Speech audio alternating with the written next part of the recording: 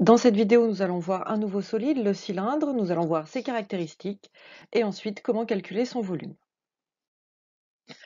Le cylindre, c'est donc un solide qui est constitué de deux bases, qui sont des disques parallèles et superposables, et d'une face rectangulaire qui est enroulée autour du cylindre. Le cylindre, il est caractérisé par deux choses. Tout d'abord, sa hauteur, c'est-à-dire la distance entre les deux bases, et le rayon de sa base.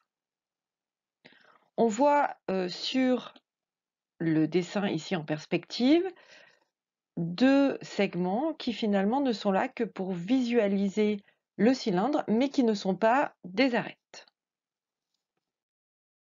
On va voir avec cette petite animation les disques qui sont parallèles et superposables, et si on tourne, effectivement, on fait tourner le cylindre, on voit bien qu'il n'y a pas d'arête.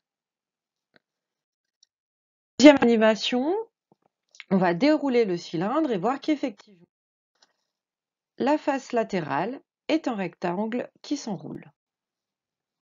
Intéressons-nous maintenant au calcul du volume d'un cylindre. Comme pour le prisme droit, la formule du volume d'un cylindre, c'est l'aire de la base fois la hauteur.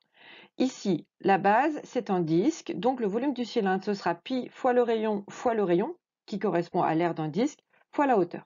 Prenons un exemple. Voici un cylindre qui a pour rayon 3 cm et pour hauteur 11 cm. On va donc utiliser la formule aire de la base fois la hauteur. Calculons d'abord l'aire de la base.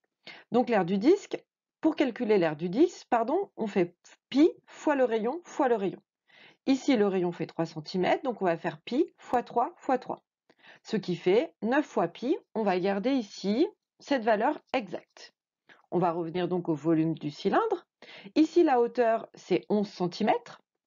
Donc, on va faire 9 fois pi fois 11, qui est la hauteur, ce qui va nous faire en valeur exacte 99 pi. Ce sont bien des centimètres cubes, puisqu'on calcule un volume avec des longueurs qui sont exprimées en centimètres. Et si on veut donner une valeur approchée au centième, c'est-à-dire avec deux chiffres après la virgule, on obtient 301,02 cm3.